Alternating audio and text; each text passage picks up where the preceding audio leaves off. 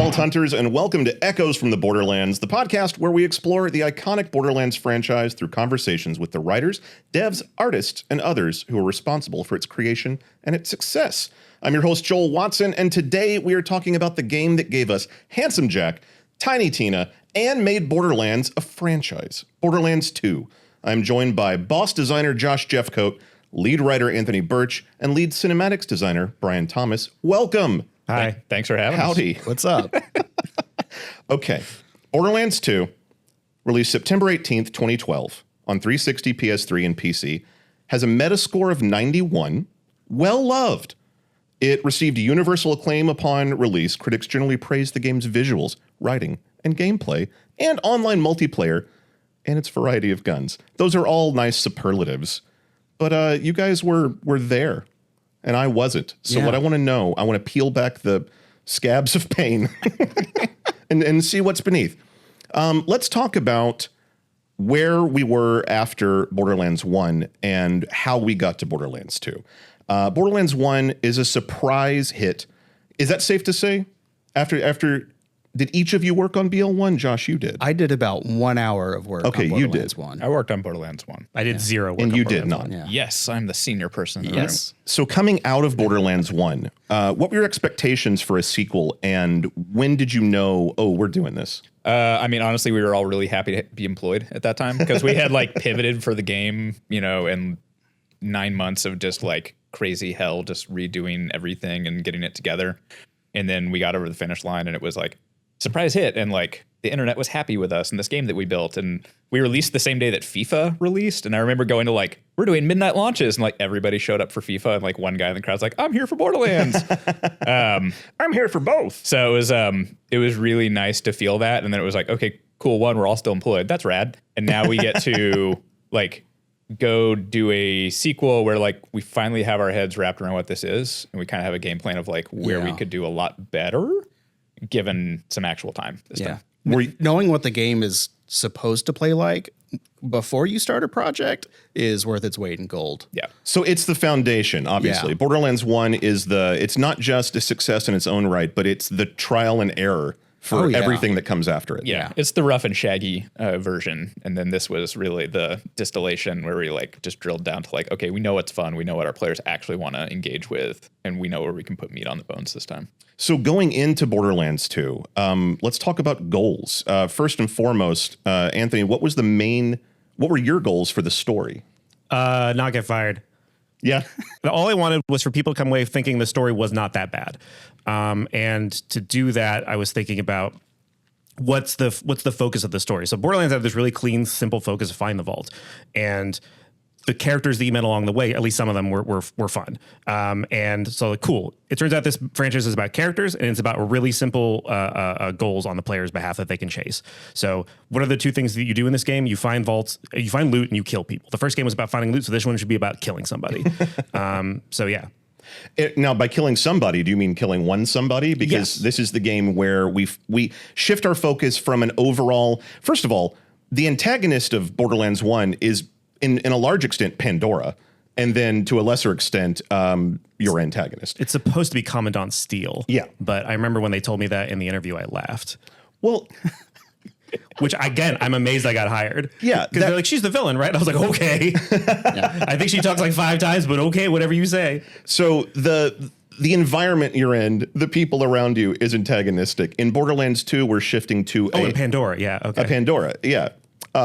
In Borderlands 2, we're shifting to an antagonist, someone who doesn't like you, wants you dead, and has opposite goals to yours. Talk about developing that. What led you to Jack, and then once you found him, what was exciting about going forward with him? So the impetus for Jack was basically so the creative director and I, Paul Hellquist, I'm not Paul Hellquist. Paul Hellquist is creative director. I'm a writer. We're in sort of a meme factory. We shared an office basically and spent a long time breaking down like because Paul Hellquist was the lead designer on BioShock, and BioShock is one of my favorite games of all time. And a big reason for that is because BioShock is very, very villain driven. Like Portal, like System Shock, like BioShock, they're all about, hey, isn't gonna feel good to you, player, to get to this person that's been heckling you the entire game, and then you get to put a bullet in their head. To me, that always feels really good in a game. So the idea was, can we come up with a character that is fun to listen to, that is unlikable, that you eventually grow to hate, but that initially you're like, oh, I want to see what this person is going to say. Essentially, that's where Handsome Jack started, and then a lot of experiments with voice and how can we get a guy to be really, really arrogant. I read on the internet that Handsome Jack was created to be a charismatic douche. Yes. That mirrors Burch's own personality. No. Do you think you're charismatic? No. God, no. The quote is also, it's douche in quotes, but not charismatic. So it's not a charismatic douche. No, he's actually, Damian Clark, the voice actor, is actually charismatic. Charismatic. Oh, yeah. The dude. douche is the acting part. But yeah, no, he was supposed to be somebody who's, we basically pitched him as like, what if he's a vault hunter and he's just better than you at being a vault hunter? He's the guy who opened the vault of Pandora and did a bunch of stuff with Iridium and things that didn't end up actually mattering at all in the plot. But like, what if you did a bunch of stuff with Iridium and took control of the world, and you are the last achievement he has to get on his Xbox achievement list is kill these 5 vault hunters. And he's just like, why can't I just, they're so hard to kill. And yeah. To basically have him want the same things that you did, but just at crossroads with each other, was supposed to make him more interesting, because like you like vaults and you like being flippant and you like killing people, and so does Handsome Jack, but he takes it way too far. There's also a difference in, there should be a difference in motivation. When it comes down to it, it's not a lot different, because you still want what's best for you, but you're not necessarily trying to make it terrible for everyone else. Yeah, the thing about at least Borderlands 2 is that like, I never wanted, or we never wanted to pretend that the player was necessarily out for purely altruistic reasons, because like the things you're doing in the game are like the least altruistic things you could be doing. Right. You're murking people and just taking their stuff and going hee hee hee and looking at the numbers and like a little gremlin. Yeah. The core of Borderlands is like, we solve our problem with guns. Yes, exactly. Like America. Yeah. Yeah. How do I open that? Shoot it. Exactly. So the idea was, can we do that, but have you at least feel like, oh, in my quest to just get bigger and better guns, I have sort of accidentally fallen into saving the world. And initially that wasn't very pronounced. It was much more of a just like Handsome Jack telling you you're a piece of shit, and everybody else going like, yeah, you kind of are. And we did before our last round of pickups, we had a lot of feedback from our testers that were like, I kind of feel like I suck in this game because everybody's just telling me that I'm bad and that I'm horrible. And I would love it if anybody just told me thank you, or like that I was cool. So we went back and put a lot of different dialogue that's just like, hey, great job, Vault Hunter. Because otherwise, it's only Claptrap. Yeah, so it means nothing. No, there's no NPCs walking around going, hey, you look good today. Did you get There kind of did you is. get sleep? Like, we literally, the Sanctuary NPCs, I did a rewrite on a couple of them to just be like, wow, a Vault Hunter, just to make you feel a little bit more special. Is that a laser sword? Yeah, pretty much. That's the vibe. I also read that Handsome Jack was initially inspired by an interview with Nathan Fillion on Jimmy Kimmel Live. Yep, absolutely. I didn't even know that. What? Yeah, he was just really, really charming in this way that came off as very intentionally arrogant. He was like playing a character. It's a character, yeah. Yeah, it was a character. And so I was like, oh my God, this is what we want to do. And then later when I talked to Damian Clark, I was like, yeah, remember when we played that interview for you? And he was like, yeah, I ignored that completely. Like, the second you press play on that, I shut off my brain and didn't pay attention to it. And then I did whatever I wanted to do. And I was like, great, because it turned out perfect. That's awesome. As far as Jack's motivations, does he believe in peace and order or power and wealth? I don't think he gives a shit. I think he believes in having a good time. Is that his means to an end? I think so. I mean, I think his motivations are sort of similar. Like when you're playing a Borderlands game, is your motivation peace and prosperity, or is it wealth? More stuff. Yeah. Is your motivation I want that just number to go Just up. number get yeah, bigger. you want That's numbers it. to go up. Like he wants to basically feel like he's completed 99% of the map, and there's one little piece of the map that's still red, and he wants to turn it blue, and then he'll feel like, I'm complete, and then he'll go on to another planet. So Jack's character is the impetus for where the story goes. Let's talk about goals for the map and gameplay. What were there restrictions on BL1 that you were able to overcome in Borderlands 2 in terms of scope, in terms of the way you actually play the game? I mean, well, there were lots of things that Borderlands 1 is a game about being in a desert almost entirely. So we definitely wanted to widen the scope as far as like, we didn't want the whole game to be brown right anymore. So we just kind of said, Yeah. So we kind of said like, okay, yeah, there's going to be still some deserts in the game because that's sort of quintessential. I can't even say it. Quintessentially whatever Borderlands. But getting out into grasslands or starting the game in the Arctic, it was just nice to just widen the boundaries for like what Borderlands could be sort of visually. Yeah. It was the same tech. It was the same hardware. Like Yeah. we were still on that Xbox 360, PS3 gen restrictions. I Yeah. mean, like literally every kilobyte we had to like squeeze out. But we knew enough from Borderlands 1 about like where we burnt ourselves in some areas to be like, okay, let's redo some of that content so we don't waste all the memory on stuff that we didn't need to waste it on. Yeah, it's amazing how much better you can do something the second time. Yeah. It's that's the story of the entire game. Is there anything personally that did you have not a chip on your shoulder, but just a personal, I will do this the way I wanted to do it? Well, I didn't really work on the first game. I play tested the hell out of You it. still have a chip on. You still be a dick about it. Yeah, you could still look at other people's accomplishments and go, Yeah. not good enough. Yeah. Well, I mean, I'm looking I made at Brian the right really now. bad boss fight at the end of BL1, Yeah. and you made the really good boss fight at the end of BL2. Yeah. Did that create personal tension? No. Not really, no. Well, you had like 3 weeks to make that. Yeah, it was one of those. It's like, hey, you do cinematics. Do you want to make the boss fight? I'm like, I sure don't. Wow. But Yeah. like, okay, I'll try anyways. Yeah, the whole ending of Borderlands 1 was just a blind panic. Yeah. And I mean, Steel gets stabbed in her stomach because they gave me 5 minutes of dialogue, and we did not have the time to do like lip sync animation for 5 minutes of dialogue. That's the right move anyway. And I don't also, think- like, nobody really cared about Steel in most of that plot. So it's just Yeah. like she just like goes onto her villainous rant, and it's like we're just gonna impale her in the yeah, middle like of this. great. 3 Move words on here. in, stab. Yeah. Perfect. But I actually joined the Borderlands 2 project about a year into it because I was working on some other stuff that got canceled.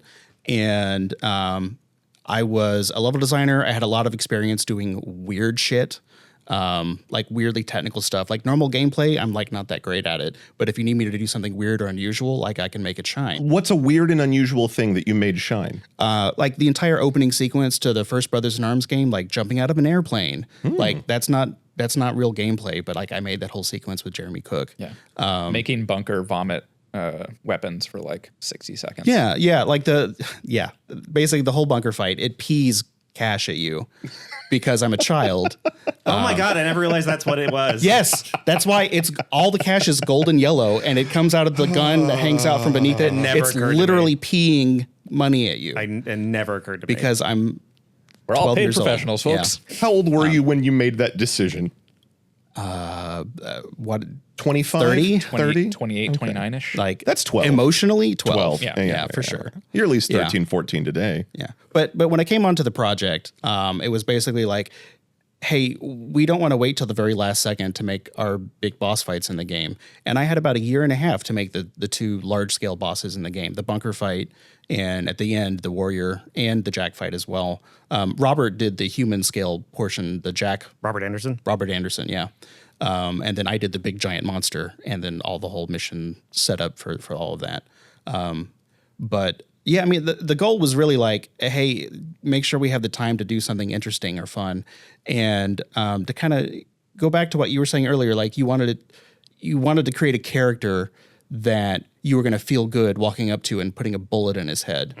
And it was really important to me to give that experience to the player. And really at the end of your big game, you want a big giant monster fight. And we worked really hard to figure out how to kind of make sure that we still had that personal moment where like, hey, you've killed the big monster thing. Jack is still standing there. He's going off on this long tirade rant where he's just like Overwritten. He knows there's nothing left for him. Like this is the end of his road. There's no way he's getting out of it. And he's just, fuck it.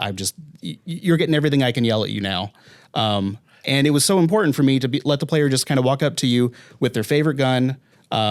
He's hacked so that he only has a single health so that any gun that you choose to tap pull on the the trigger will kill him. Like you can end the game exactly in the manner of your choosing.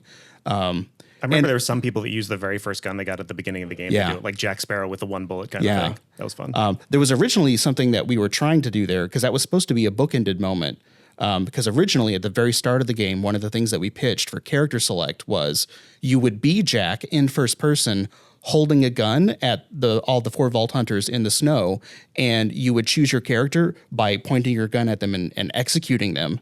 because the opening cinematic is the train blowing up and everybody kind of getting thrown out into the Right. snow. Well, it was going to be in the train. They were in the Was train. it in the train Yeah, when that they was were in supposed the to happen? train, and Oh, you you're were gonna fall you out. shot Yeah, them and it ejected and you out. yeah, the body gets ejected out into the snow. And then I had to be Debbie Downer and be like, "Hey, we're doing DLC characters, and like, how do we do this with like, I don't Yeah, know, we like can't eight we can't characters?" modify this later. There's not room to put that many people here.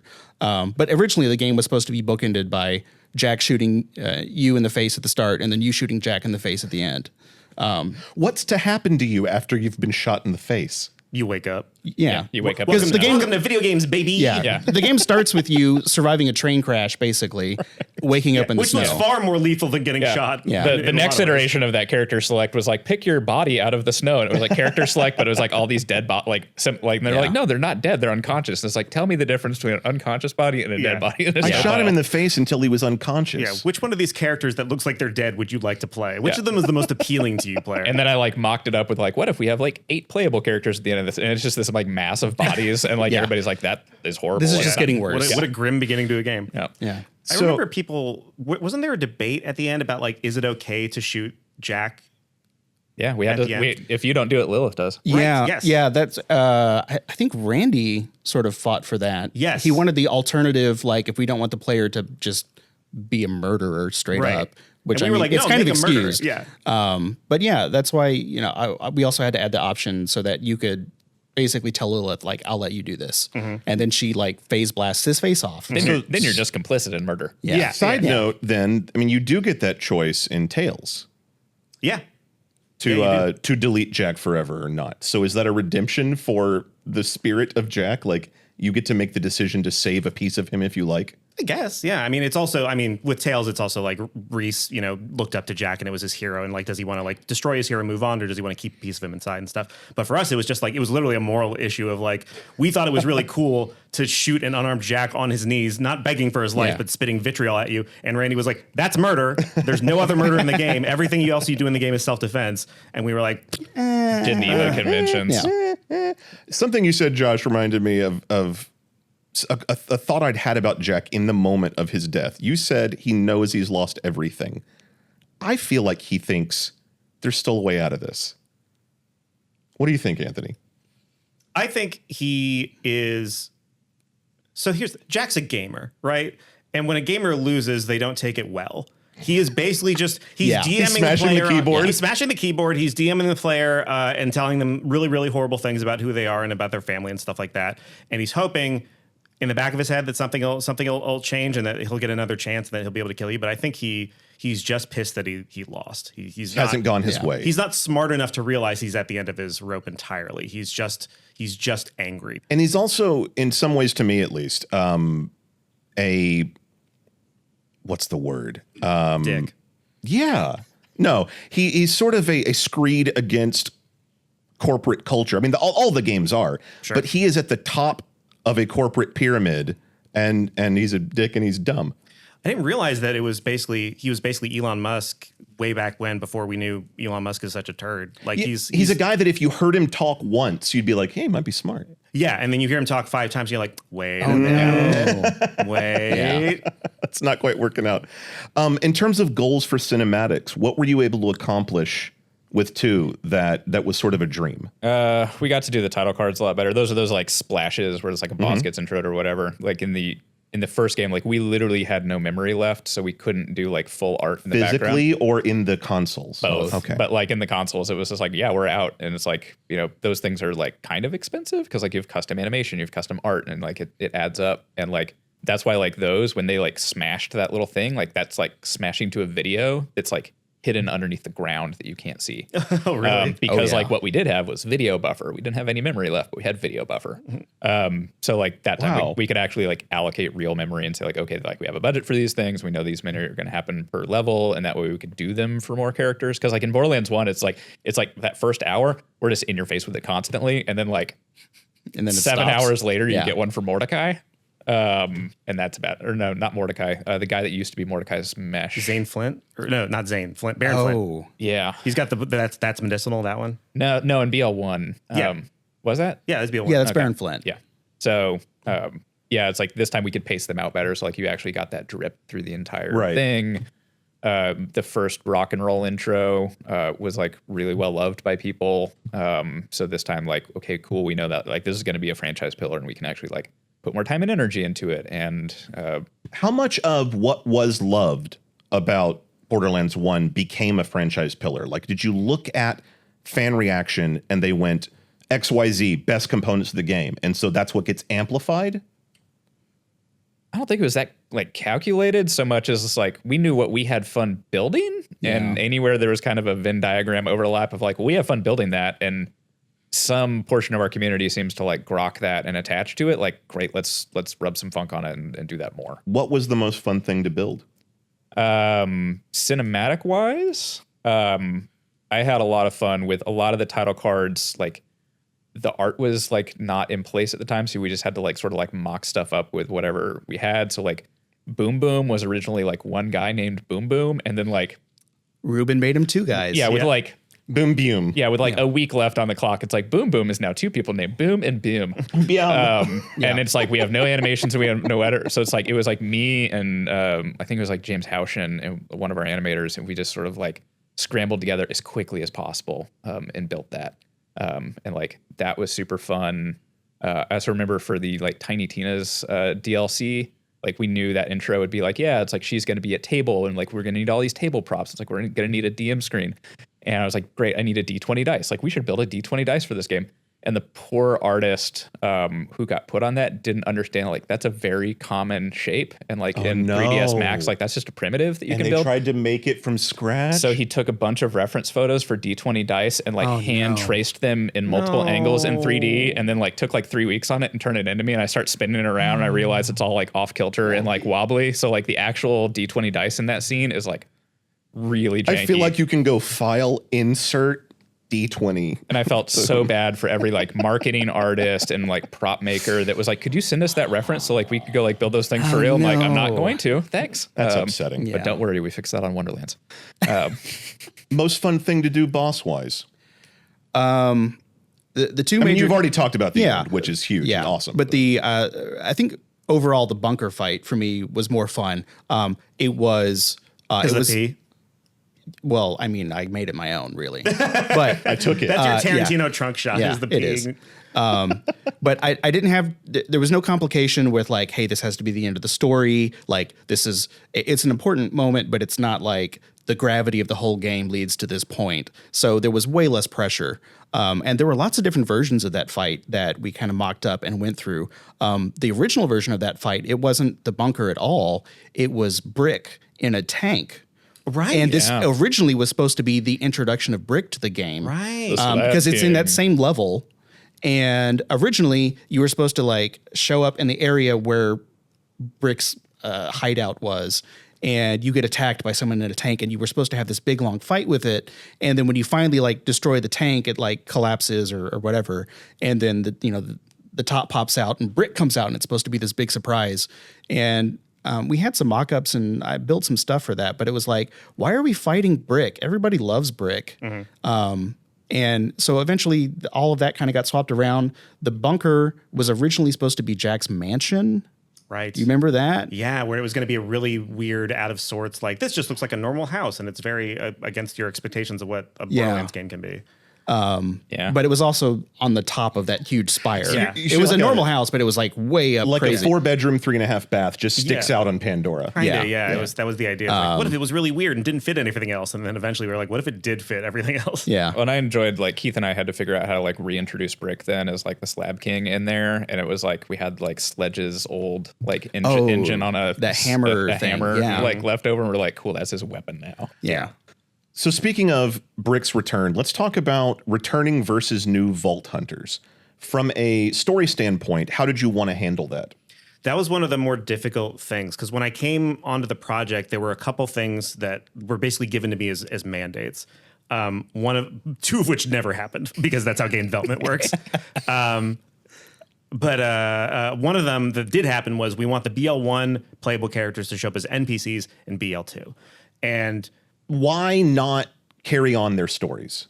Because you can tell their stories better when they're not the player. Because they get more dialogue, you get to characterize them more. Basically, I had to characterize these people who were only characterized in the first game by a lot of battle dialogue. And Lilith kind of comes off cocky, Roland kind of comes off just like he's having a good time, Brick is Brick, and Mordecai is just like a cool sniper guy. And each of them had to have something just a little bit more than that to hang on to, because otherwise they would all feel really similar when you met them as NPCs. So one of the big challenges was like, how do we make it a surprise every time you meet one of these guys, and how is it not disappointing and you don't feel like, man, this guy sucks? Because I remember very early on I was like pitching like, what if Brick's basically like he's bored and you need to like take him out for a fun time, like you're taking him out on a man date or something like that, and just helping him blow stuff up, and people were like, that makes him like a child that I have to like carry around by the hand. And then eventually we got to the point where I was like, oh, what if he's a bandit king then? Like, is it okay if he's a bandit king? Because bandits are bad guys, but like he's kind of a bad guy, but in like a cool way. And then we sort of made that work. And in so doing, set up a precedent that would screw over every subsequent Borderlands game, as suddenly 4 NPC Vault Hunters becomes 8, becomes 12. Yeah. And in doing that, you also have to maintain the character classes that are established, but they're also altered. They're expanded upon. Yeah, there was less mandate to maintain the exact character classes so much as like the player role within them. Like, I think we kind of knew it's like Siren is mage. Like, we need a mage class, we need a warrior class, we need a functionally sniper long range class, and we need a melee class. And regardless of how you want to play, you need to be able to play your way. Yeah, kind of like those are the big 4 archetypes, because we're really trolling from RPGs, and it was less that like these have to be verbatim copies of them so much as like, okay, that's how our players like to play, or that's how we think the core loop works pretty well. So how do we incentivize you in some new ways, and how do we actually put some player skills around that are a little bit more fleshed out than the first game, because the first game's player skills are like pretty rough, 2-dimensional. Yeah. Salvador comes to mind as a gunzerker versus a berserker. Yes, the only legitimate end game character. In dealing with old Vault Hunters or returning Vault Hunters, it's interesting that you say now you can give them more dialogue. Do you feel like it was the chance to finally tell their stories? It was less so the chance and more of them saying like, you have to tell their stories. And I was like, okay, I will do that so I don't get fired. This is a lot of your motivation. I'm sensing a pattern. Yeah. We like paychecks and healthcare. It's Welcome fun. to capitalism. But I see, and I'll probably call this out in every episode that he's on. I've known Josh for almost 25 years. He doesn't seem afraid of getting fired. Well, that's He because seems I've to been fired. A lot. Yeah, a lot. Yeah, So- I've not been fired from Gearbox yet, so I'm still terrified. Okay. This is my 3rd tour of duty. Yeah. One by choice, one not. One but not. Yeah. Okay. Yeah. But no, it was genuinely fun, because it was honestly, I think a big thing was ripping off Mass Effect 2, because Mass Effect 2 is nothing but a series of like, meet this character and learn their story, meet this character and learn their story, and being able to do that level by level on a build up to meeting to eventually killing Jack was a really characterful way to spend time. So that instead of like spending a lot of time getting keys or getting batteries to plug into things, which we do eventually do, but like doing a bunch of really abstract mechanical stuff, instead it's like, meet these characters, rediscover who they are and what's happened to them in the intervening 5 years, which is, I think, again, with character being a pillar of Borderlands, ended up working really well for us. Another character that weighs heavily over Borderlands 1 and 2 is Angel. Yeah. Did you make the decision to develop Angel's backstory, or was there something leading up to that already established? Correct me if I'm wrong, because it did not work on Borderlands 1, but when I came in, one of the first things I asked was, so what's the deal with Angel? And the room erupted in laughter. Because I was like, so what is she? And they were true like, story. We don't know. And I was like, then why is she in the game? Like, we don't know. I was like, what? She was the player's tutorial interface and the call to action. Yeah. It's important. And beyond that, from a storytelling standpoint, nobody had any idea. Yeah. At the end of the game, there's that Hyperion satellite that has Angel on it and lead speak. And that's the entire reason that half of the enemies you fight in BL2 are Hyperion. And that was another, like, I mean, literally last week that thing went in. Brian Martell showed up in my office and said, okay, we're gonna do a post-credit stinger. We're gonna go up to space, and Angel's gonna be on the satellite. I'm like, how do I make any of that work in 3 days? And they're like, here's a satellite mesh that we have. Go for it.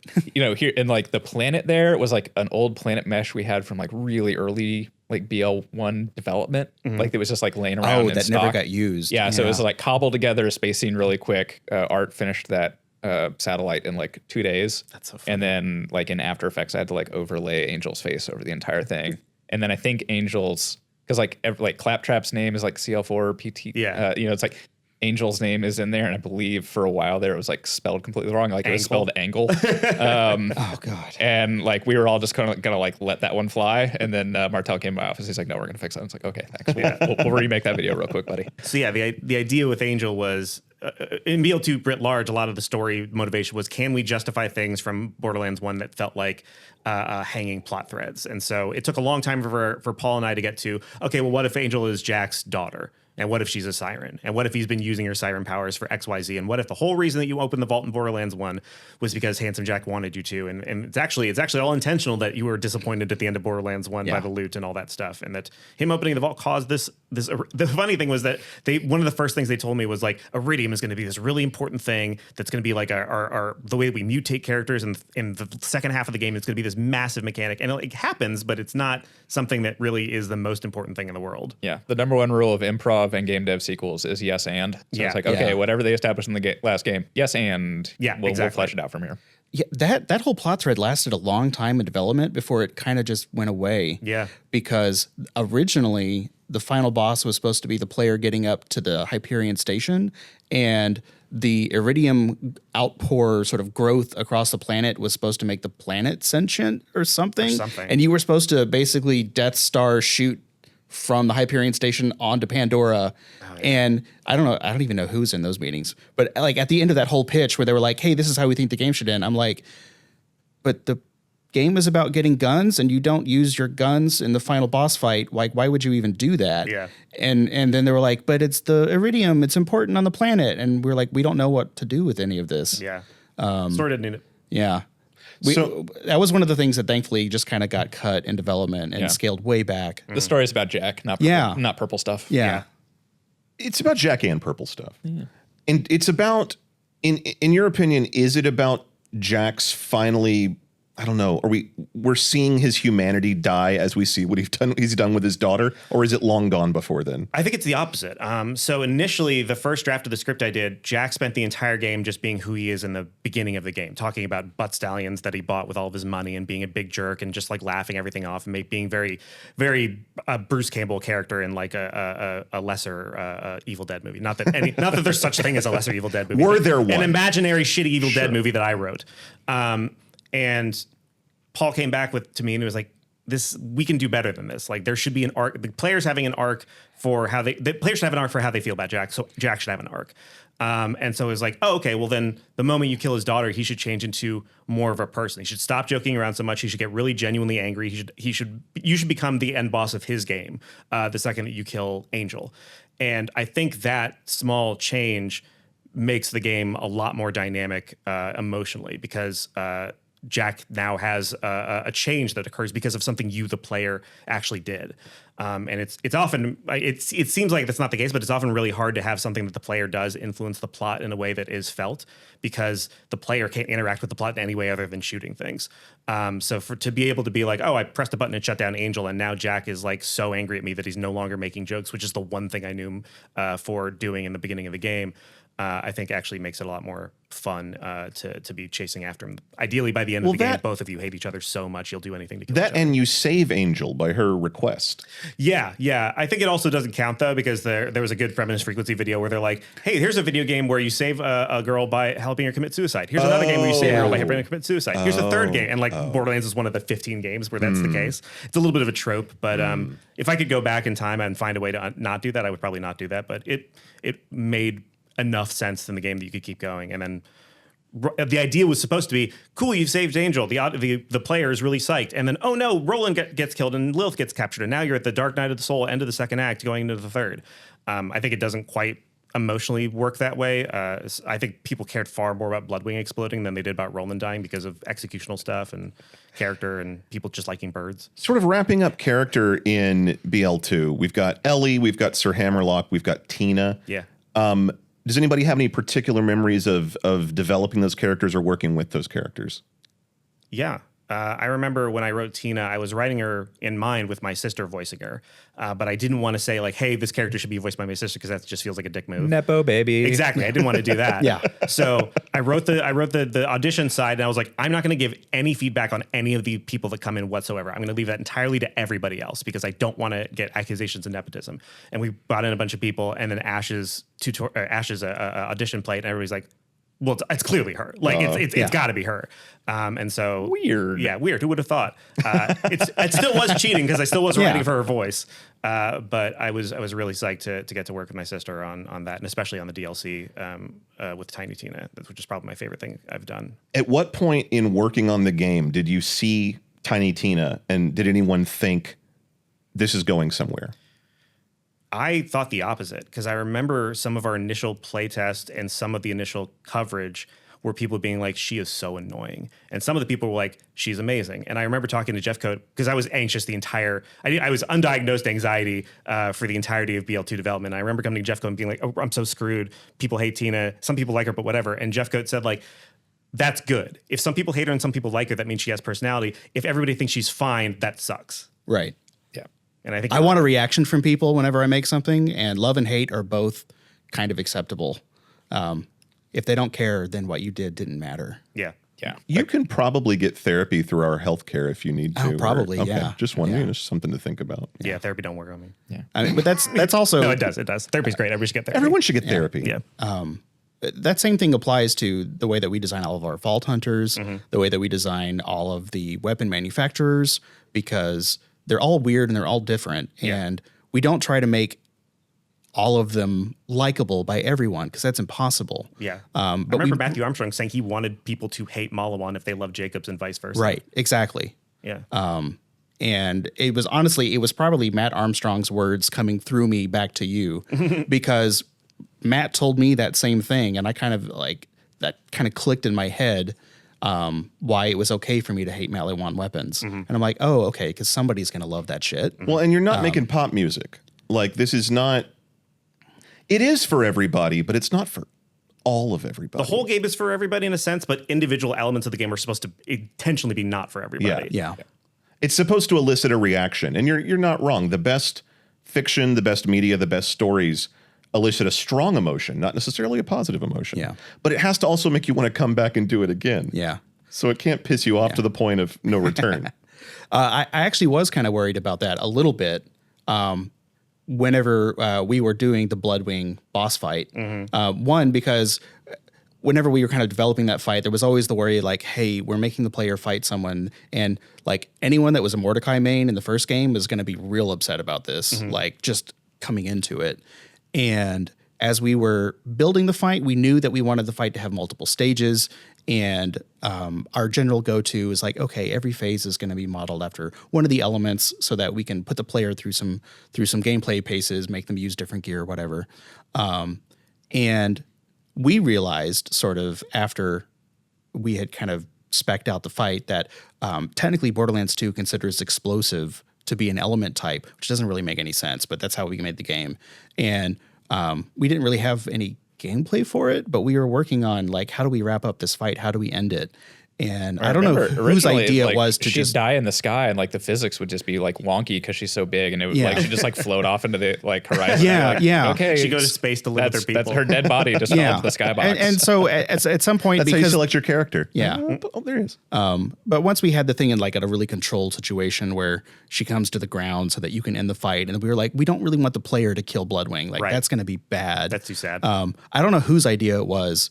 Was it yours? I mean, you're a think it was. monster. Yeah.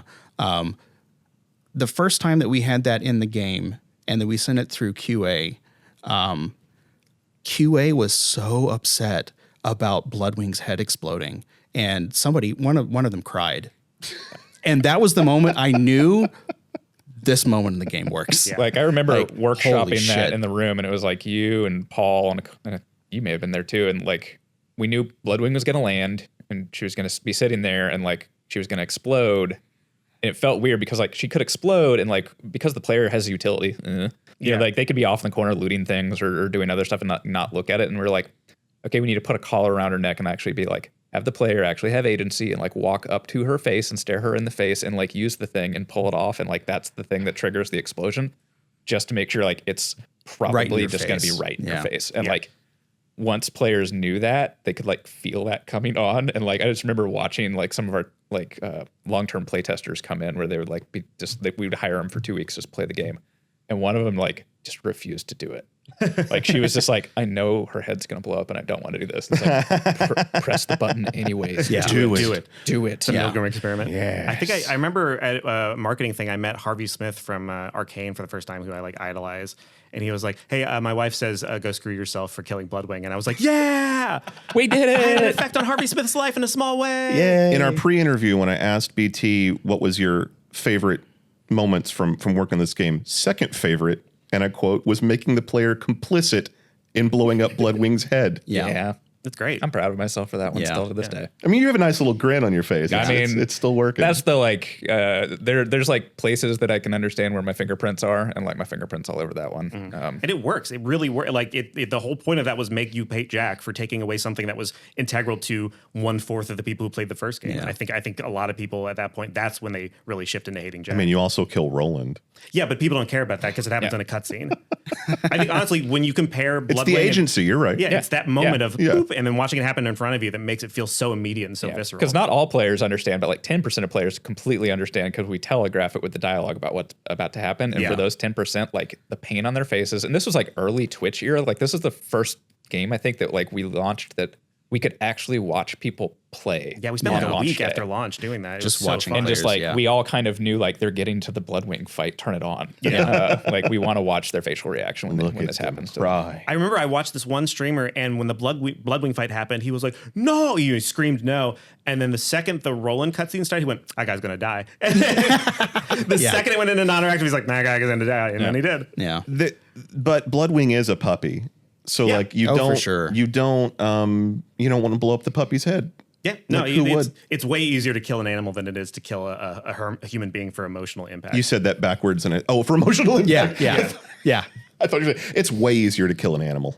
It's just easy. They don't have souls. They trust you. Yeah. Yeah, they get have close. big eyes. Yeah. I mean, they'll come up to you if you have food.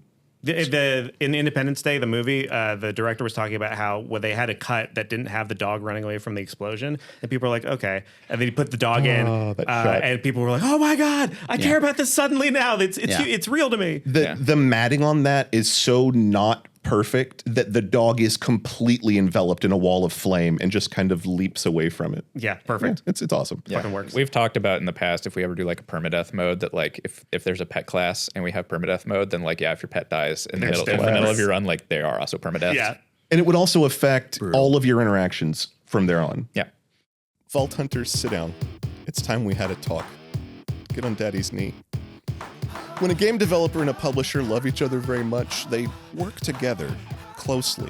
And from that closeness, well, if God smiles on it, comes a bundle.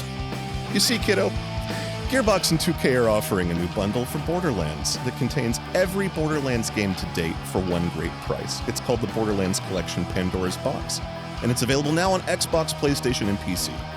And even though the bundle is new, and it might be scary, and things are going to change for us, we still love you very much. There's one character we haven't talked about at all, and that's Claptrap. Yeah, for a Claptrap reason. start.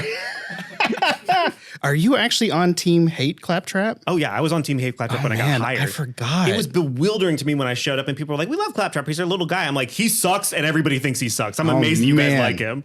I fucking love him. Everybody loves Wild. Claptrap. Yeah. We are made of Wild. hate. Yeah. Yeah, That's who we are. But no, guess but so. it's fine. As the person that has to put words into his mouth, it's good for you to absolutely hate him. Yeah, because I had to write him in such a way that I felt bad for him and started to like him. So that's why he becomes a pathetic Charlie Brown. This is how Claptrap's birthday came around, isn't Exactly. it? Yeah. Yeah. That actually, I remember watching Paul make that mission, and it's like a 4-minute mission. Yeah.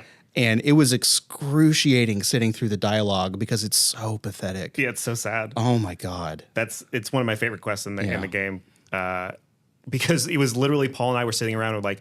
Because if you remember in Borderlands 1, there's a bunch of Claptrap units. Oh, yeah. And one of the very first things I want to do in Borderlands 2 is like, okay, I want to kill all of them except for one. I want there to be one Claptrap. There's only one C-3PO. There's only one R2-D2. There should be only one Claptrap that we really care about.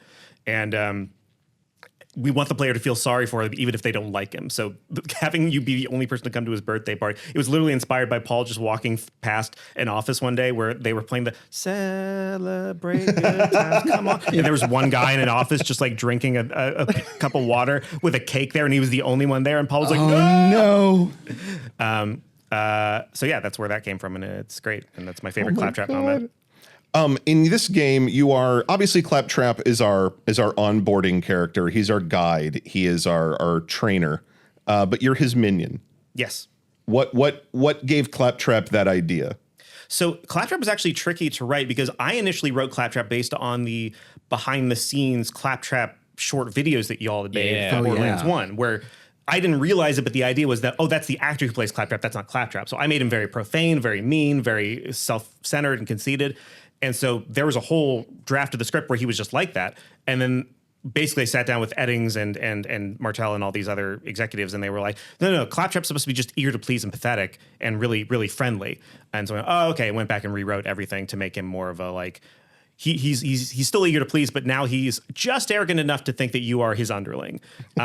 Because if he was just like, hello, sir, please do this stuff at the beginning of the game, it would feel a little bit, I don't know. I wanted it to feel like you weren't quite important enough yet. Like you just got killed almost on a train. The very first thing you meet is dumb robot, and that dumb robot still thinks he's superior to you. But it feels endearing in a way. Good. It's like, I'll let this guy call me, his underling because he seems like he knows the way out of here. Yeah. So, Great. I mean, that whole setup there is that like this is where Jack dumps all the bodies. That's why it's like just a wasteland of dead bodies out there, and Claptrap's out there with a shovel. He's like, okay, more carcasses to bury. He's like, oh, I finally got a He's friend. kind of the Wall-E of carcasses. Yeah. At that point. Yeah. Well, and his very house In a is way. made out of the carcasses of other much. Other Claptraps. Claptraps, Yeah. which is great. I love that touch. Oh boy. Any other Claptrap things that the Vault Hunters don't know? What Claptrap details lurk in the recesses? What was his original name? Zippy? Zippy the robot. Yeah. The weapons manufacturers in this game have distinctive styles, distinctive characteristics. It gives the player, I want to say, an equal balance of maybe agency and frustration. If you get what you want, don't get what you don't want. Like, do you feel like players not only have a class that they main, but a weapons manufacturer that they love? Oh, for sure. Everyone's got their favorites. But in this type of game, you very specifically can't ever give the player what they really want. Because then, How so? Because if you do that, they stop playing the game. It's about the chase. Like, it's always about the Vegas. chase. It's like Yeah. I'm going to that slot machine because there's like a Ducati motorcycle around. And it's like, man, if I win the slot machine, I get a good Ducati motorcycle. And it's like, I didn't win that, but I got $4. That's pretty nice. Yeah. Is this game about winning $4 and saying that's pretty nice? yeah. I I mean, mean, if we did our jobs right, yes. Here's a taste. There's a reason that when Paul put in a slot machine, we saw Twitch streams of people just doing that over and over and over again because they're just Yeah. playing the game in the micro sense by just doing that over and over again. My favorite element of the different manufacturers and the different weapons is the TDR Walmart guns. Oh, yeah. They're disposable. Where did that come from? That Was that Matt's idea? I believe it was Matthew Armstrong and Rob Hieronymus working together. I think the throw it away reload thing was Hieronymus. Yeah, I think so. But the idea of wanting something so cheap and disposable that you literally threw it away.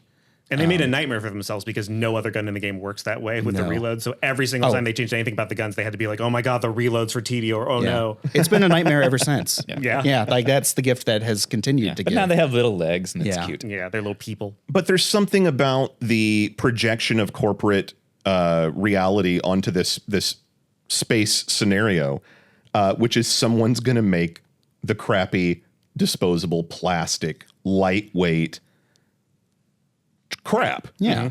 But that it's going to sell. Like there's going to be a lot of it out there. It's accessible. Are there any other particular weapons manufacturers that you had any agency in developing their style or how they're, Oh, not at all. Not No? That was someone else entirely. Yeah, but I mean, holistically, it was all about like the Borderlands 1 guns, like all the pieces worked with each other and like they had brand identity to them, but like the visuals were all very, very All samey. over the place. Like, it was Like, it really just- hard to like, is that a Jacobs? Yeah. I know the icon says Jacobs, so I guess it is. And with these, it was like, okay, let's push all of that. So like Jeremy really pushed the art and said, okay, like Jeremy Cook, the art director. Yeah, we're gonna give everybody like what is the actual visual identity for this thing. Matt and Rob really worked on like what is the actual like gameplay identity for these things. And then that let everybody else start like hanging their Christmas ornaments too. Cause then like, you know, it gives you a little place for audio to sort of be like, okay, what's the audio identity for these things? If there's narrative bit around it, like What's Torg's spokesperson going to sound like? Yeah. Yeah. With the weapons manufacturers, we've talked about the corporate influence on Pandora, the world of Pandora. There's also a heavy private military subplot kind of running through the whole franchise too. It's an easy thing to indict, like, hey, what are you against? Corporate America and private militaries? It all sucks. But is that what you're saying here, or is it just that everyone knows that? Yeah, no, I think corporations are bad. But yeah, one of the franchise pillars when I first came on was they were like, we want to be like Paul Verhoeven films, where it's like hyper violent, but it's kind of funny and kind of saying something. I'm ready to do my part. Yeah, and exactly. Starship Troopers has some very interesting things to say about jingoism and fascism. RoboCop is very explicitly about corporate influence over state matters and stuff like that. So we felt like it's okay to and also it's punching up to make fun of corporations or to say that they suck. So it was the easiest low hanging fruit to be like, hey, corporations are bad in this universe. And but also you really want their stuff. Like when you see an orange thing drop that a corporation makes you really psyched. They do have good stuff, the corporations. Yeah. They've got what you want. On the one hand, the planet's dying, but on the other hand, look at all the cool stuff. Yeah. Have you seen the fine variety of Amazon Basics products out there? Their batteries are cheap. They don't last very long. No. They're not good. No. But you can get a lot of them for a little amount That's of money. what matters. Yeah, a lot of them for small money. well, it's also like we're not here to make a game about like international trade politics. Yeah. No. So like, Not. who No. can be a big galaxy-wide villain that's not like generic space aliens Yeah, or some weird nation conglomeration of governments. yeah, and it's like, Yeah. what if corporations were galactic sized? Yeah, that's cool. And like this is just a rounding error to them over here on this like weird podunk planet. Yeah. Well, the story of Pandora begins with corporations strip mining a planet for all it's good for and then going, peace. Yep. See ya.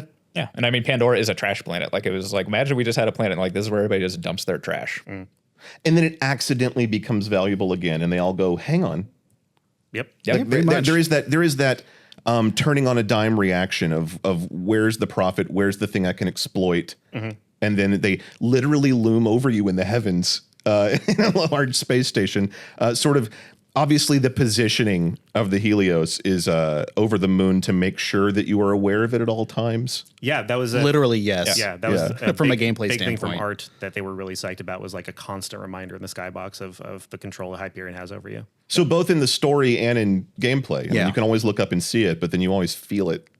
It's also player. it's an easy MacGuffin for like how do we get enemies into space or into a play space? And it's like, well, they run out of doors. Or like where else are they coming from? It's like, well, we're going to shoot them from the moon at any given point in time, and like it's always looming that you don't know when we're going to do that to you. Right. It's right. it was always impressive. The very first time for a vertical slice where they came in and hit the ground, I was like, oh my God, it's a sequel. Like it just something about the fact that they came from space made me feel like now it's a sequel. Now it's something special. Josh, when you, in your capacity as, what's your title? Boss ass bitch or Boss designer? boss designer? Yeah. That's what it is. So in your capacity as boss designer, what did you design? The actual bosses or the fights? The fights. So I spent a lot of time when I first joined the project working with the story and the mission team, trying to figure out like what are the goals for like these big set piece boss fights that we want to do, who needs to be there, who's got to be involved, and trying to figure out like where are we going to be in the game? What's the backdrop? Can I use any of that in the fight itself? We knew that the last act of the game was going to be very sort of mountainous and lava-ish. And so obviously like, okay, we're going to put the final boss in a volcano. Like that's the 'cause most we're a James video Bond game. thing to do. It's basically just me working with the art department saying like, hey, we need a big monster. I want to be able to do X, Y, and Z. Let them do some art concepts for a while. What makes a good boss fight?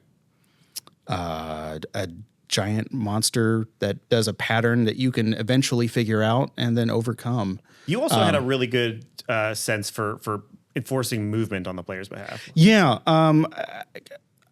I've always thought that movement is like super important and trying to like create like, hey, this whole area of the arena is about to become submerged in lava, so you got to go over there now. And like forcing players to move around makes it feel like at least I'm trying to do my job. I don't know. I love the lasers in the bunker fight where you're just having to hop between them. And Oh, yeah. I love that. That's one of my favorite. Yeah, Code touches. hated when I did that. Oh, really? Yeah. Turns out that was a nightmare to make shippable. Oh. But it worked. But it worked. Yeah. You also really pushed us towards having like individual boss arenas for them because like the first game, a lot of the boss fights are like just in the big levels. So like, Yeah. we didn't have a lot of space, and like it was easy for the players to kind of like leave and disengage with it or be on the other side of the map. And like you really pushed us towards like, hey, we're going to go through a level transition and go to a specific level for a specific boss I was fight. really big on sort of the pomp and circumstance because, I mean, I grew up playing Nintendo and Sega Genesis and stuff, and like a boss fight in an old side scroller always felt like this crazy moment. Like, oh crap, some giant sprite comes on the screen And the it's like music half goes the screen. Yeah, and so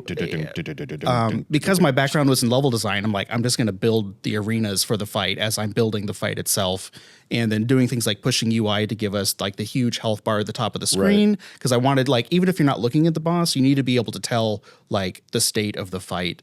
And even that like barely got implemented and doesn't even tell you the correct information half the time. Oh, really? Like, Don't say that. Yeah. No, it's great. Like if Secrets. yeah, if the boss has armor, it doesn't tell you. Like it's supposed to. We just forgot. We didn't notice. That's so funny. Yeah. Time for a patch. It's too late. 15 years later. But yeah. So somehow I ended up just doing boss fights for a lot of Borderlands. You're good at them. Yeah. Let's talk about favorite times, favorite things. BT, you said the second favorite thing was making the player complicit in Bloodwing, but your first involved a diamond pony. Yeah. So when we were making the Tiny Tina DLC, like that was probably the most fun a lot of us got to have on the project because like we knew what the formula was. All of our tools were awesome at that point. We knew how to use them, and like we had a game plan, and the whole team was engaged. And we just executed. So like I was doing the cutscenes, and I just like Josh Rearick, the animator that I was working with, like we just cranked through those so fast that like I had a bunch of spare time. So I went to Paul Hellquist, the creative director, and it's like, what else do you need? And he was like, here's like we want to have Butt Stallion show up at the end of the game, and can you make all the like feeding her and having it like basically be like a slot machine underneath the hood. You know, that like functionally the logic inside of her is the slot machine logic. It's just with different drop tables. And like I had so much fun doing that because it's like it's so weird. And when you're 29 and like somebody's like paying you to come in, it's like, what was the task that you got to do today? It's like, well, I made a diamond pony shit rainbows and vomit guns. Like I was just like I can't believe we didn't get a BAFTA. so tickled that like this is my life, like this is what I get to do. Like the funny bit about that is that like I felt bad that we got it all working in a test map, and then we had to like go put it in the real map, and there's a code bug that's still like we shipped with the game and we couldn't patch it, that like she's not a lootable, like the chest that opened up, because those can throw like gear out, and the like she could only spit it out at a very specific angle and the opposite angle, which was great because mouth and butt. But Yeah. like if you rotated her slightly off axis, like it just came out sideways. So like Level Art had built the entire like enclosure that she goes in at the last little bit, and like it was completely the wrong angle. I'm like, I'm sorry, you have to rotate the entire level like 45 degrees to like make it like not the entire level, but, you could just like, But this whole area. Yeah. Yeah, Could've like just this had whole a view- area. You could have had a viewfinder that says only look through here to Yeah. see her at this angle. yeah, and the amount of rage, they're like, this is going to take like a day of rework, and it's just like, I am so sorry. This is just what it is, Yeah. guys. What was the origin of Butt Stallion? So Butt Stallion was initially a joke that literally nobody knew about. I had written it kind of just for myself because when you die in Borderlands 2, the new use station says something when you come back to life. And initially I thought, oh, wouldn't it be fun if Jack would say stuff to you to mock you every time you died? So there was this recurring joke where we didn't end up shipping it because it ended up being too frustrating to hear Jack every time you died. It would have been like rage inducing. But it was a recurring joke where every time you died, he would tell you what he bought with the money that you just gave him because Hyperion owns the new use stations. Right. So eventually he would be like, hey, I just bought a pony made out of diamonds. Ha ha ha. And I was like, this is so funny. I'm a genius. And then we didn't end up using it. I was like, oh, darn, my favorite dialogue, and we didn't use it. But then we got feedback from users and from 2K being like, hey, Handsome Jack isn't in enough of the story early on. Like, we get a lot of him later on, but like there should be like a really, really big injection of Handsome Jack in the beginning of the game. And so I was like, oh, it's time to use the Butt Stallion dialogue, and just inserted it in the very, very beginning. It was like one of the last things we did. Zach Ford put it in there, and I'm sure that nobody knew about it, because it's exactly the kind of thing that would have made somebody come to my office and be like, we have to get rid of this. This is too stupid. Like, what do you mean he has a horse called Butt Stallion? Like, he also says her and stallions for male, so that doesn't even make sense. I never even thought about that. Yeah, yeah. You just blew I my don't like fucking it now. mind. Yeah. I don't like it now. Wow, but it was my favorite little thing that got snuck into the game. And so when we actually got to get to DLC 4, the Tiny Tina DLC, and actually make Butt Stallion, I was so happy. When you got to expand on Butt Stallion, Yeah. what Butt Stallion goals did you have that you were able to execute? So What a dumb question. No, it's This is my job, by the way. It's less dumb than you think, because like, so DLC, the way I think of DLC is like, a game is your first date and DLC is your second date, when you've shown enough of yourself that you can feel a little bit comfortable and you show yourself like at your weirder side. Sure. And so we knew that, DLC 4 is going to end with Tina coming to grips with Roland's death. And that's going to be pretty dark and it's going to be pretty emotional. So there should be something to cut that a little bit to make it a little bit more fun. And so, okay, what if you're rescuing a princess? And what if that princess turns out to be a reference to this one line from the beginning of the game that maybe you don't even remember, but if you do, it's going to make you fall over laughing, hopefully, because it's such a random, weird thing to pull back as a reference. And so, yeah, knowing that we could use Butt Stallion as that little sticker joke at the end, and then that BT could take it and make an incredible loot machine out of it and all that stuff. It was just the perfect confluence of story and gameplay and I love that it's art. a creature with a slot machine shoved up its butt. That's Yeah, the best pretty much. thing. Yeah, because I was like, I don't know how to build this. You know what it does? It's the slot machine, because I can just copy this logic. Boop, great. I'm done. Josh, you told me about your favorite moment in game development actually happened during this development cycle. Yeah, it's actually the combination of DLC 4, the Tiny Tina DLC, and the Headhunter packs, which were the DLCs that came after that. The development of those all kind of mashes together. It's a weird timeline because originally I don't even know who came to me and was like, hey, we have this little thing that the art director and the lead enemy designer, Ruben Cabrera, had made, this little jack-o'-lantern boss fight. Like, they were pitching it for a Halloween release, but there was no way to release it on time. It kind of got thrown in the trash. Do you think you could pull this out of the trash and make anything out of it at all? And so I was kind of taking some old work that had been, in a closet for a year or two and seeing if I could make anything fun with it and, get some new boss fights, some new material. And they were like, okay, well, this is clearly a Halloween themed thing, and we want to do more of these if you can make these little mini boss encounters. So I am not smart. So I was like, cool, well, it's Halloween. I'll just do Thanksgiving and Christmas. And we'll just do some holiday themed stuff. And so I started by myself building boss fights out of scraps and building levels that were like holiday themed, these little teeny tiny things. And in the middle of me literally just coming into work, just messing around with this random garbage, my boss, Ruben, tapped me on the shoulder, and because he's working on the Tiny Tina DLC, and I'm in the same room with everyone else that's been working on it, and I'm watching this project that's clearly going extremely well. And he's like, hey, I want to make a raid boss for Tiny Tina, but we don't have it in the budget anywhere. And you think we can just sneak it in? Like, we're not gonna tell anybody. We're just gonna make it. We're just gonna sneak it in. And I was like, I'm in. Let's do this. And so I built an entire level, and he built the Ancient Dragons of Destruction, which is the group of the four raid boss dragons, so that their initials would be AD&D. So dumb. And that whole thing was just like a little Skunk Works project off book, and it was awesome. Black Ops. Pretty much. Yeah. It was just this little thing that we kind of did in secret. And then one day, I think we showed it to Paul. We're like, hey, we have this thing. Can we put it in? And then you had to write like 5 lines of dialogue about it really quick. And then we had to like find a way to cram it into one of the other levels so that you could get to it somehow. But a long time ago, game design used to really be about just make some shit in secret and see what you can sneak in the game. Right. And we can't do that anymore. Games are too big. That was the last time that I was able to kind of like to do that and to live that fantasy of like, hey, I have a random idea and it's going to be a lot of work, but we're just going to make it and see what happens. It's like working on the first Iron Man versus Infinity War. Yeah, well, yeah, probably. The stakes are too high at this point to sneak things in. BT, you said one of your favorite moments is the beautiful simplicity of Face McShooty. That is still the like the amount of people that come to us and they want to talk about that mission that takes all of 30 seconds, and like it just like apparently The mission: shoot this guy in the face. Yeah, and I mean it is Borderlands like distilled down and distilled down and distilled down until it's just like 1 ounce. And it's just like, again, Borderlands is a game where like you solve all your problems with guns. So for somebody to just be like, my problem is I'd like to be shot in the face.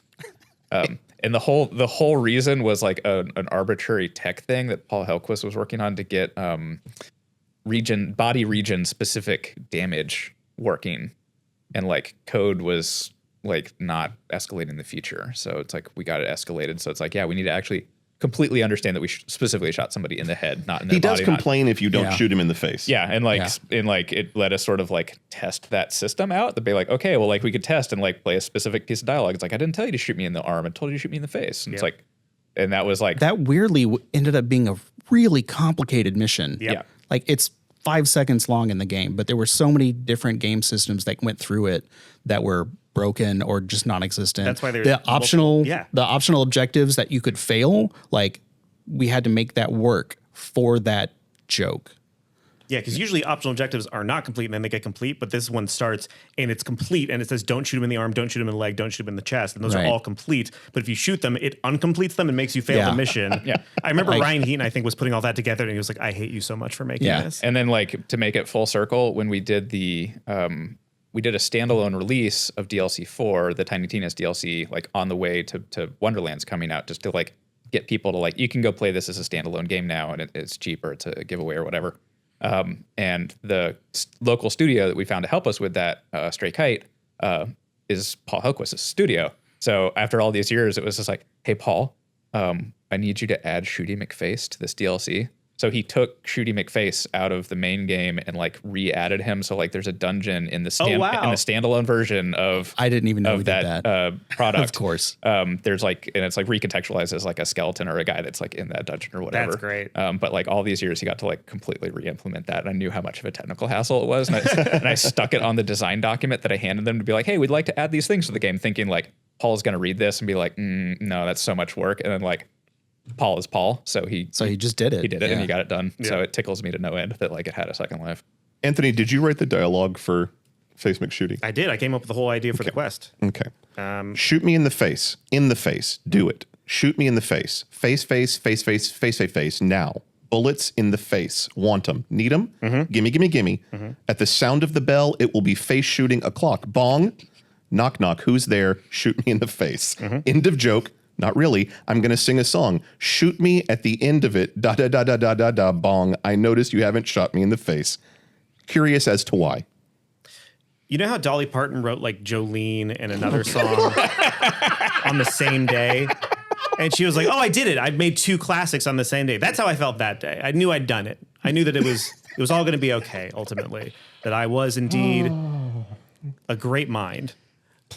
Please don't shoot me just because you can. Wow. I mean, the amount of like places in the game that you had to write rambly 60-second dialogue, because like Claptrap does a variation on that, like after the Boom Boom fight. This is like, hey, I need you to shoot the door, like when I leave, but not right now. But like, I need you to be very clear, and like does the same gag. And I was like, this is going to get real tired for people. And I was completely wrong.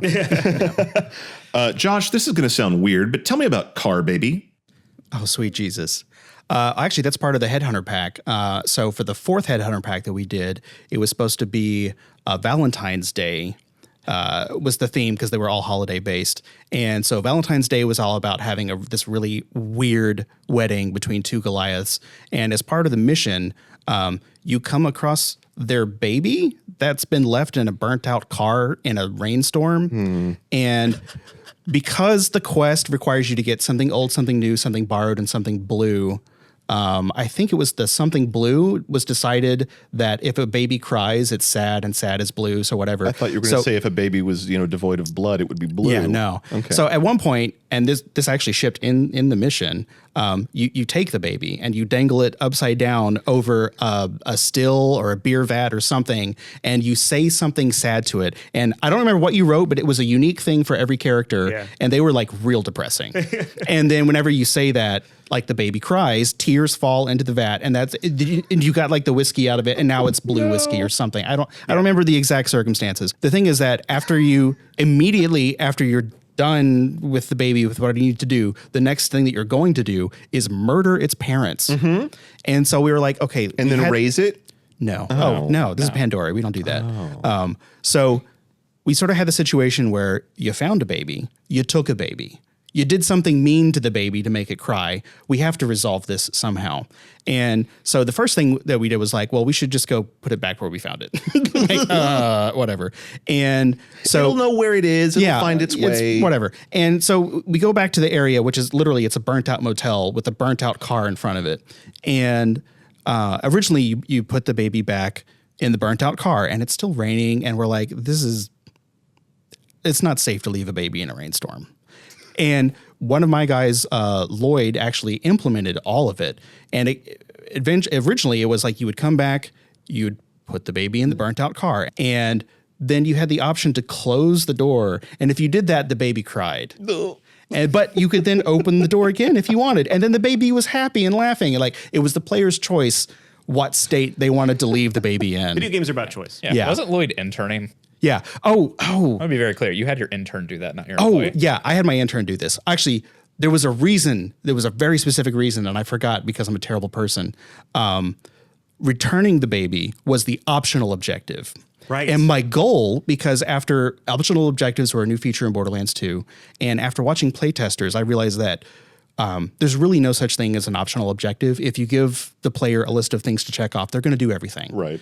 And my goal was to try to design an optional objective that was so fucked up that a player would be like, I'm not going to do that. But we implemented it all, or rather my intern at the time, Lloyd, implemented all of it. It all worked, and then we had to pull all of it back out. And instead, there was no optional objective. You had to leave the baby at the church with Moxie.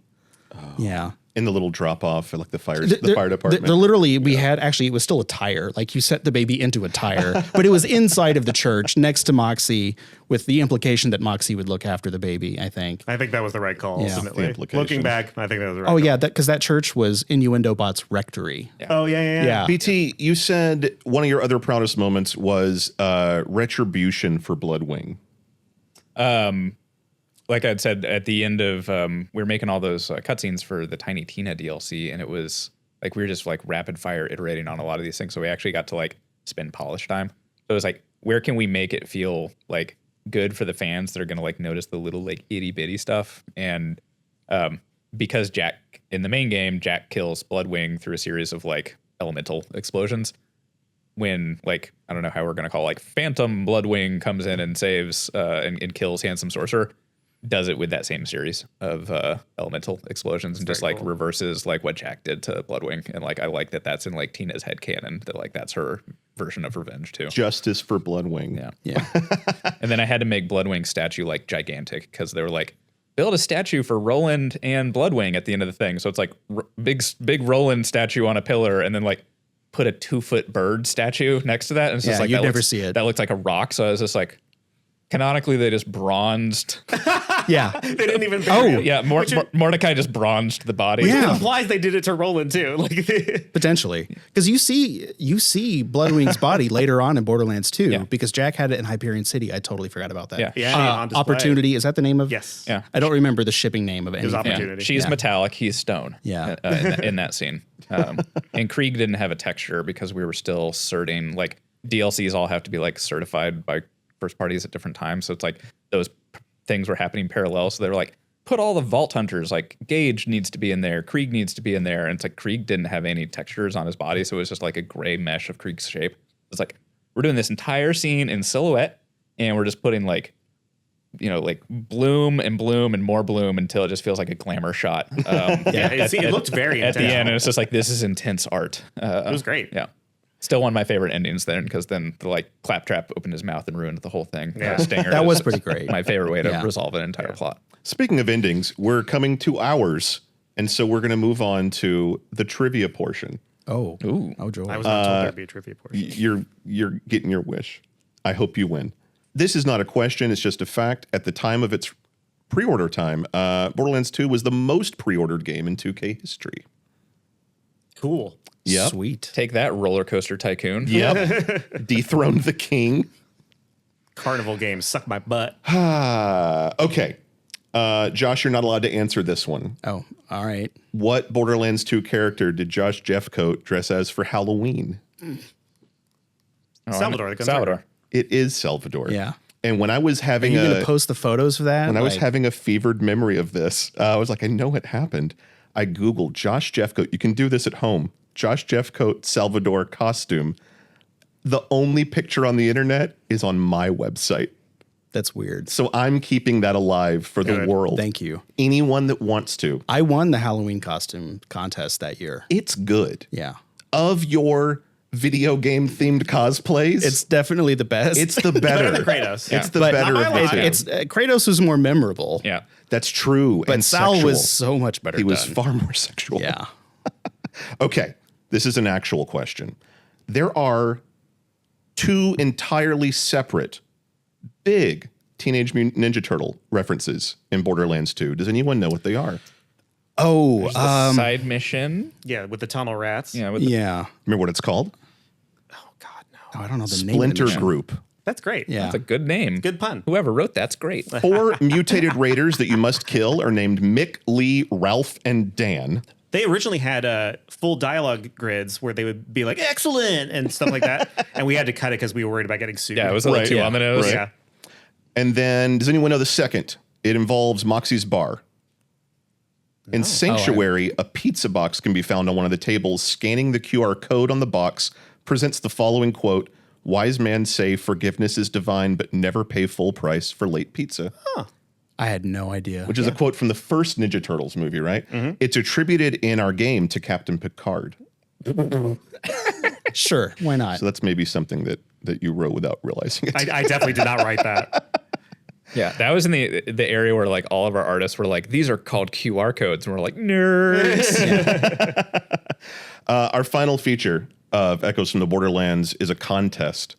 Josh, you've already played this once. You will play it again. You can do better. Is who does the best Marcus? And we're going to be saying, so you want to hear a podcast, huh? I mean, I'll start this time because I basically the failed fear in your last time. faces is beautiful. Well, to it's me. only because I already bombed it once, so I can't really be. Give me your worse. best one, Josh. So you want to hear a podcast? Okay, Anthony. So, you want to hear a podcast? Oh, that's the one to beat. So you want to hear a podcast? I'm going to give it to Anthony on this one. Yeah. Anthony, you go into the brackets. At the end of this entire series, we will crown a Marcus King. Perfect. You're in the running. Great. Glad to be here. I'd like to thank my family. You get an honor. you get a very old Marcus bobblehead that we have in the closet. that's been yeah, sitting probably. there Do we for still have 12 like years. 50 of those somewhere? Yeah. Thanks for joining us, Vault Hunters. If you're a good listener, please subscribe to the audio version of Echoes from the Borderlands, wherever podcasts are available. If you're a good looker, please subscribe to our YouTube channel, youtube.com/GearboxOfficial, to see future episodes of this show. If you play video games, and who doesn't, and you'd like to get every current Borderlands game at one great price, go snag our new bundle, the Borderlands Collection Pandora's Box, available now on PlayStation, Xbox, and PC. Huge thanks to my guests Josh Jeffcoat, Anthony Burch, and Brian Thomas, as well as our behind-the-scenes heroes April Johnson, Dakota Warren, Matthew Ward, Mike Cosner, and Rob Fernandez. Our theme song is Get Out of My Head by Wandermine. For Echoes from the Borderlands, I'm Joel Watson. See you next time, Vault Hunters.